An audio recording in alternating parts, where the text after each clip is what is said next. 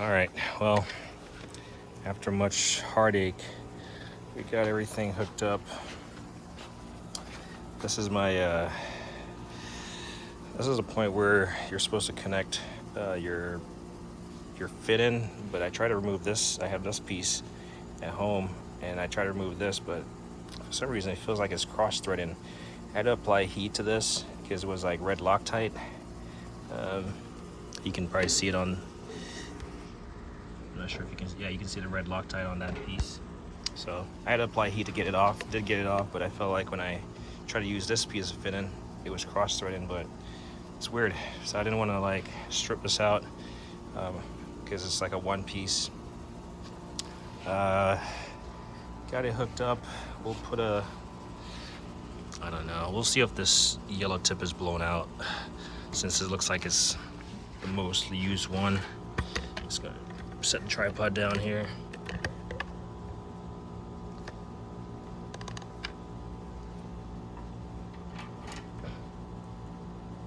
Make sure it's locked in so it doesn't blow off on you. So we'll see if that tip is blown out. So all the connections, this is locked in, this is back on tight, locked in. Just want to do a final check. That was cranked down. This is actually a swivel end, which is nice. This is locked in. Water connection is on. It's flowing. Tight. All our little oil caps are tight. The oil is like slightly above the mark. So I'm gonna run it. I'll probably do another oil flush after using it for a little bit, or at least drain it down, because that could be bad for it. And then since I'm out here in broad daylight, I'm gonna check this engine oil.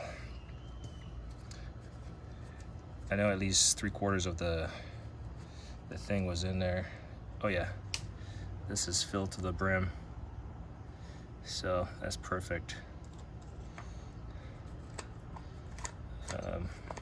We'll also go back and we'll change this oil eventually, so it's almost like we're just giving the system a flush.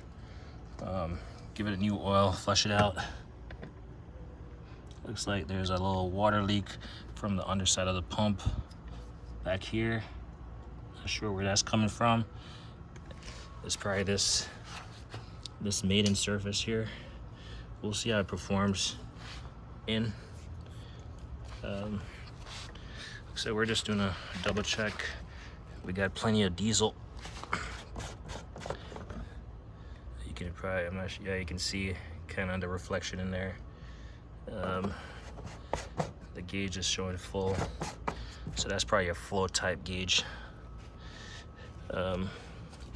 We had tightened the oil drain, so that's back on there. We'll set the brakes just for the heck of it. We'll turn that off. Already checked, water was flowing, so you can see it. Water is in fact flowing. So we're just bleeding the air out of the system. I'm gonna set up the tripod. I haven't read the starting instructions on this, but I imagine it's just like any other small engine.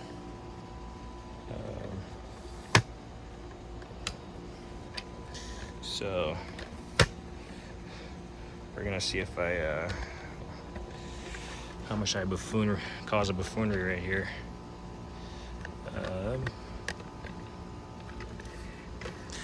We're gonna run it on cold. It's gonna get loud, so if you don't want to hear it, recommend turning it down. Let's see, we got the gas. We'll turn the gas on here. We'll turn the gas on here, and the choke. And we'll get the wand and we'll apply. So I got the hose completely strung out. You can see it all the way out there. This backyard is a mess with all these wood that I need to recycle or something, clean up, but it's just part of the process.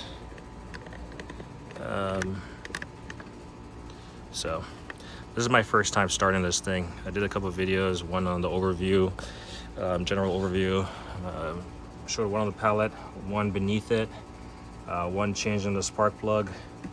The spark plug, the boot is a little bit loose. It doesn't feel like it's being seated, like snapping in place. I mean, I'm pushing on it. I want to get it seated on there before I start it, and this thing gets hot, and next thing you know, I touch it. So, but the only thing we did to this, literally got it today from the auction, changed the spark plug, changed the engine oil, and changed the pump oil. So the engine oil is down there and the pump oil is here. It came with fuel, gas, and diesel. So, car to get back, please. So this is the first start. We're gonna try to see if we can get this. All right, squeeze the trigger. Hold it for like a minute just to get all the air out. And I can see where this connection right here is dripping. So that's something I need to fix. But I just wanted something temporary. All right, here we go.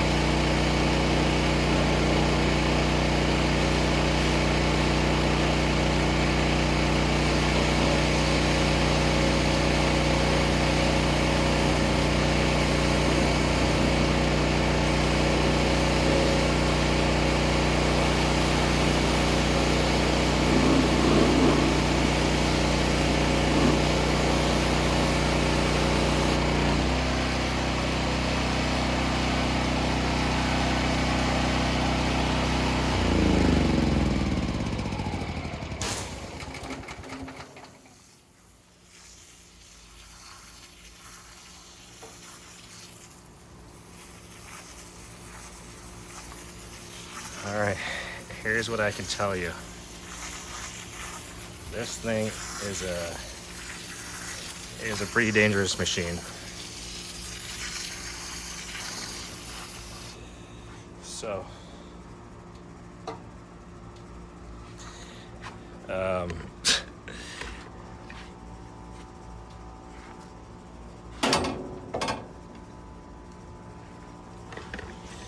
yeah, this thing is no joke. This is not a toy. This is more dangerous than a cold water pressure washer. You got pressure, you know, you got flow, but also you got heat. So I can feel these components, they're warm to the touch. So, I mean, the hose is warm. So you can imagine if you try to use a cold water pressure washer, like the previous one that's rated for 60 degrees and it explodes on you, it could be bad. Even like my hand accidentally touched right here, it's warm to the touch. This is warm to the touch. You absolutely have to keep your hand on the gun and on the support handle. Even this little hard plastic overmold, with continuous use, it's gonna get hot. You could actually see the flames in the sight glass right here. So it does burn hot. I do believe you're supposed to keep the trigger pulled to keep it, prolong the life of it. As you can see, my fitting right here is leaking, so I gotta get the piece right. I gotta get this piece to thread right onto the end right here and remove this connection piece. The unit came with this connection piece, but I don't want it on there. I want I guess what you call it, a female fitting to thread onto this male end directly onto the gun. It works. It definitely works. Let's just check the sight glass. I mean, you saw me kind of hosing it down a little bit. I didn't want to like go crazy on it, seeing that it was running hot and cold. I didn't want to apply hot or cold to a hot surface. But I did spray some. Like even right here, you could see where the steam was coming off because it was hot. You could see the steam coming off here. So this is certainly not a toy by any means. You got to be able to respect the pressure and the temperature, because any little misgiving and you could have a really bad day. Also, I noticed when I pulled the gun, it felt like there was a jerk right here. So I think right here, this piece right here is causing a restriction, a buildup. That's not good. Obviously, you don't want to leave the unit. I don't know what the technical term for it is, but you don't want to leave it running without, engaging the wand and letting the water and pressure flow.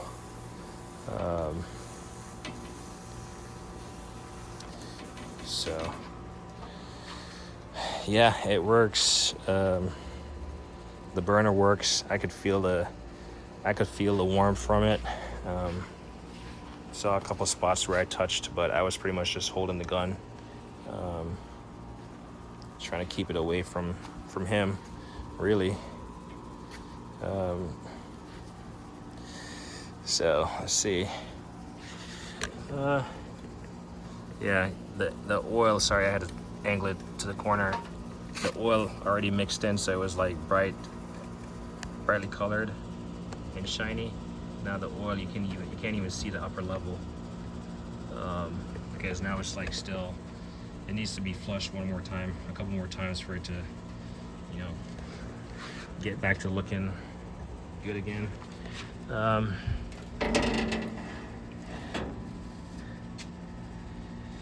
I need to make sure there's no rust building up around the base of this. Kind of clean it up. But yeah, actually I saw one little spark fly out of here and fell on top of the grass. So this is definitely something, even though I have a 100-foot hose, I am definitely not gonna take this thing and leave it out of sight, out of mind, because this is fire. The spark plug held, but I still feel like I need a spark plug boot, because it's kind of loose. Definitely don't want to touch that, but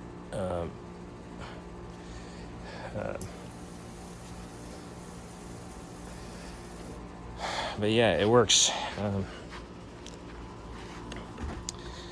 We'll see. Let's see what else all it needs to keep working in flawless condition. But man, just the heat that you can feel coming off it. You want to make sure all your connections are tight. Like, you want to use high quality fittings. So hopefully the ones that I bought on eBay are considered high quality, because they weren't very expensive, but then again, they're just fittings. So I'm not sure how much they could cost to be considered high quality.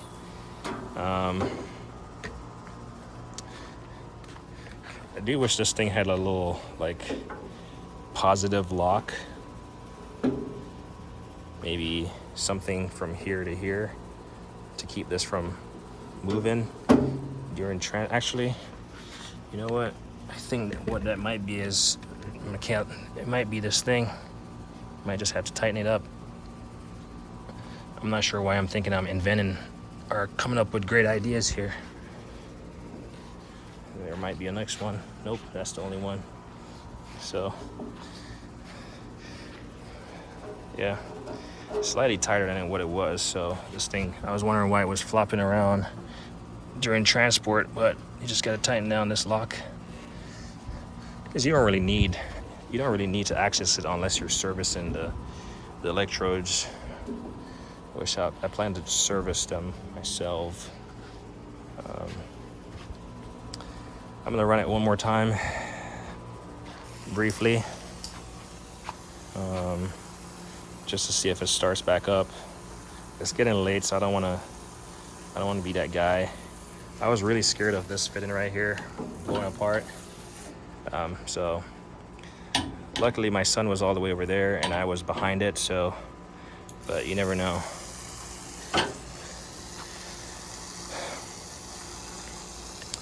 Yeah, this is gonna take a little bit of getting used to. I did spray some hot water on here to hopefully clean up the residue and see if I see any more coming out. Let me see if I can, yeah. And do not use gasoline, so probably end up cleaning up these things right here. But we'll see. We'll fire it up again. Definitely a hose of this length. You definitely need a reel. So I'll probably end up picking up the reel.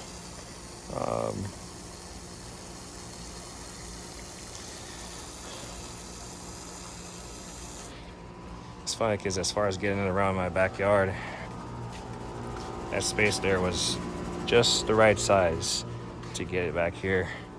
Had to take a little bit of maneuvering, but came back here. So I'm just purging the line of air and pressure buildup before I give it a crank. All I should need is the fuel on. You got an on switch right here and a fuel right here. You got a legend right here. We'll leave the choke as is. Show you. We'll do that. We'll crank it up again. See how it runs. The burner is off.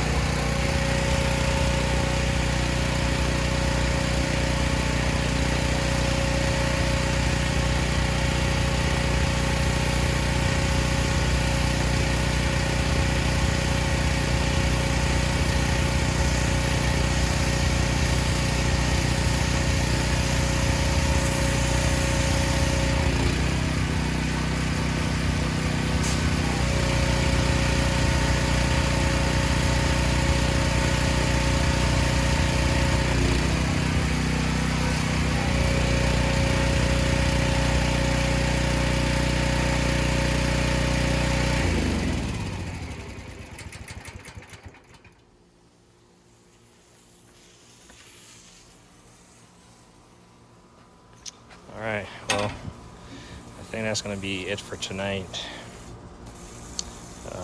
We'll just keep water flowing to cool off. I turned the burner on briefly. In fact, let me turn this gas off and the choke. Burner is off. The gas is off. Oh, gas is off, not on. Yeah, you can see the exhaust.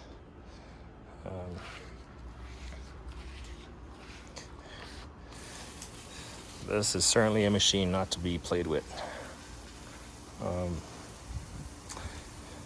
Like I said, I'll replace the filter. Eventually I'll drain. I'll replace that air filter. I'll replace this fuel filter. And probably this hose right here. There was something else. I'll drain the oil again, the pump oil and the engine oil. The spark plug boot. I'll get a new spark plug boot because I think that's a problem. And then I think I'm gonna change the electrodes just to change them. They're not expensive, if I remember correctly. And then I'm gonna pick up a hose reel. It's expensive, but I think it just sets into that slot right there, and that's it. And then eventually I'll clean all this stuff off.